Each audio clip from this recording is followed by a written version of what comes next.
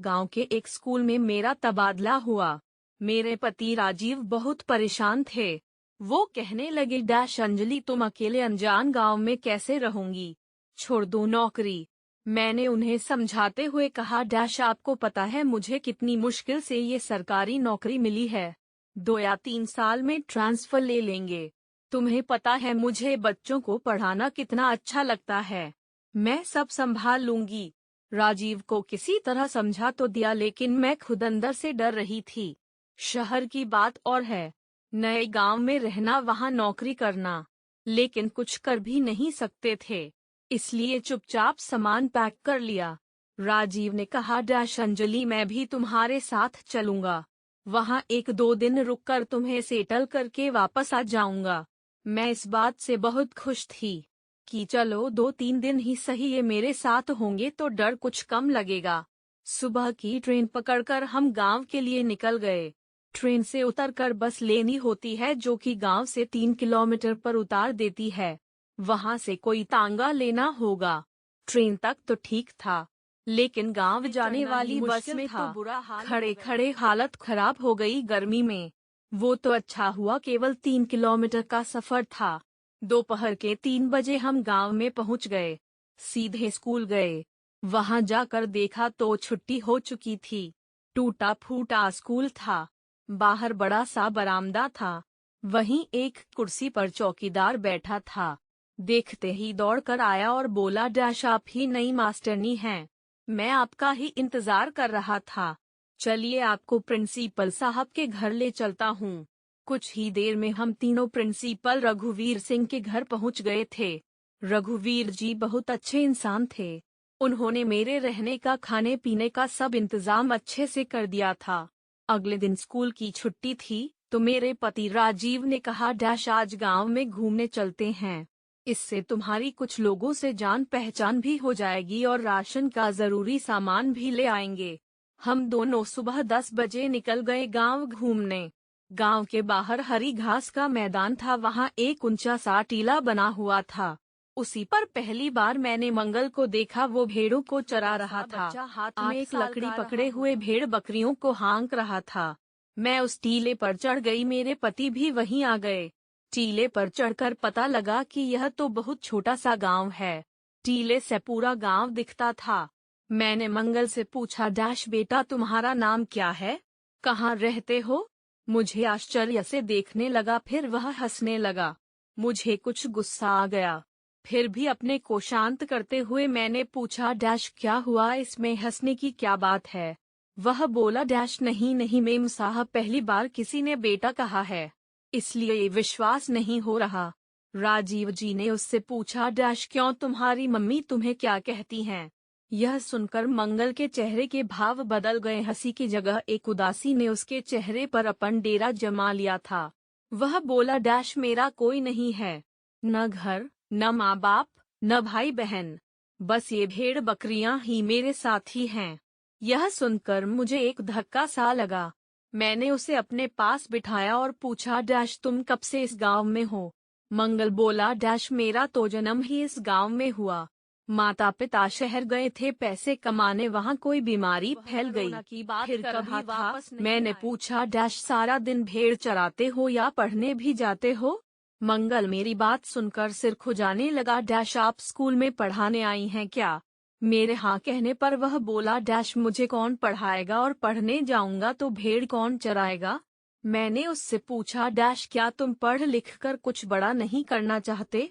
वह बोला, डैश पहले तो पेट भरने के बारे में सोचना पड़ता है, बाकी चीजें तो बाद में आती हैं। मैं उसकी बात से बहुत प्रभावित हो रही थी कि कैसा लड़का है, बेफिक्र, अपने आप में मस्त, जैसे इसे दुनिया से कोई मतलब नहीं है। मैं और राजीव चुपचाप अपने घर वापस आ गए। अगले दिन राजीव को वापस लौटना था तो मैं उदास थी। उन्हें बस अड्डे तक छोड़ने जा रहे थे, तभी मंगल आ गया। वह बोला, डैश लाइए मैं आपका सामान ले चलता हूँ। मैंने कहा, डैश नहीं बेटे, तुम क्यों परेशान हो रहे हो, हम ले जाएंगे। मेरे पति राजीव ने भी इस बात का समर्थन किया। मंगल ने जिद करके सामान ले लिया और साथ चलने लगा। चलते चलते उसने कहा, डैश पहली बार किसी ने मुझे बेटा कहा है। चाचा आप जाओ, चाची जी को कोई दिक्कत नहीं होगी। मैं सुनकर हम दोनों हंसने लगे। बाद में गांव में रहते रहते मुझे पता लगा, यहाँ हर इंसान एक दूसरे को किसी न किसी रिश्ते से बुलाता है, जैसे ताऊ ताई, चाचा चाची। मैं स्कूल में पढ़ाने जाती तब मंगल भेड़ चराने जाता था। वहां से आने के बाद मेरे पास आ जाता। मैं उसे खाना खिला देती थी। शाम को मुझे गांव से सारा सामान ला देता था। रात को वह चला जाता था। मैंने उसे कई बार रुकने को कहा कि खाना खाकर चले जाना, लेकिन वह रुकता नहीं था। एक दिन मैंने मंगल से कहा, दोपहर को मुझसे पढ़ा करो, कुछ सीख जाओगे तो मैं तुम्हारा नाम स्कूल में लिखवा दूंगी। भेड़ों का भी कुछ इंतजाम कर लेंगे। मंगल ने पढ़ना शुरू कर दिया। मैंने उसके अंदर एक बात देखी कि वह हर चीज को एक ही बार में सीख जाता था। उसे सब कुछ बहुत जल्दी याद हो जाता था। एक दिन मैंने मंगल से कहा, मैंने बात कर ली है, तुम्हारा नाम स्कूल में लिखवा रही हूँ। तुम यहीं रहना, मेरे पास भेड़ चराना बंद कर दो। तुम्हारे खाने पीने रहने का सब मैं देख लूंगी। तुम बस पढ़ने पर ध्यान दो। मेरी बात सुनकर वह एक आज्ञाकारी बेटे की तरह रखता था। वह पढ़ने लगा। क्लास में सबसे ज्यादा नंबर मंगल के ही आते थे। इसी तरह 3 साल बीत गए।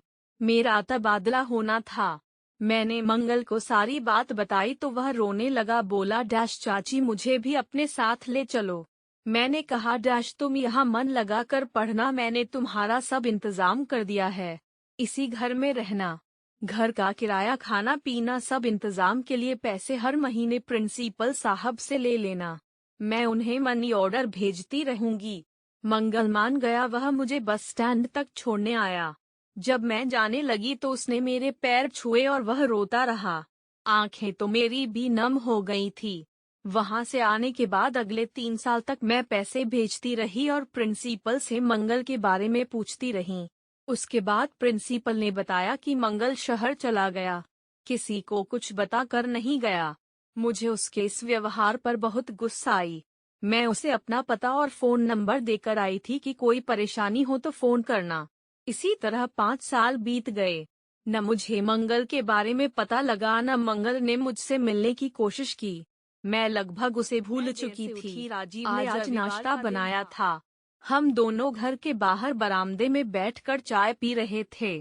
तभी पुलिस की गाड़ी हमारे घर के बाहर आकर रुकी। उसमें से एक पुलिस ऑफिसर हमारे पास आया। उन्हें देखकर राजीव और मैं खड़े हो गए। राजीव ने पूछा, क्या हुआ इंस्पेक्टर साहब, किसी को ढूंढ रहे हैं क्या? लेकिन वह इंस्पेक्टर कुछ नहीं बोला और हमें देखता रहा। राजीव ने मेरी ओर देखा। मैं भी सकते में थी कि हमारे घर पुलिस क्यों आई। तभी उसने आगे बढ़कर राजीव के पैर छुए, फिर मेरे पैर छुए। इससे पहले कि हम कुछ समझ पाते वह बोला, चाची अपने इस भेड़ चराने वाले बेटे को भूल गई क्या? मैं कुछ बोल न सकी, मेरी आंखें भर आई थी। मुझे तो विश्वास ही नहीं था। यह सब कैसे हुआ? हजारों सवाल मन में थे, लेकिन मुंह नहीं खुल रहा था। मंगल एक इंस्पेक्टर के रूप में हमारे सामने खड़ा था। राजीव ने आगे बढ़कर उसे गले लगा लिया। उसने बताया कि कैसे वह आगे की पढ़ाई के लिए शहर आ गया। यहाँ वह काम भी करता और पढ़ता भी था। इसी तरह पढ़ते पढ़ते उसने ग्रेजुएशन पूरी कर ली। अभी 2 दिन पहले ही खबर सुनाने हमारे पास आया था। मुझे मंगल को देखकर बहुत खुशी हुई। मेरे जिद करने पर वह हमारे साथ ही रहने लगा। 6 महीने बाद मैंने एक अच्छी सी लड़की देखकर उसकी शादी करा दी।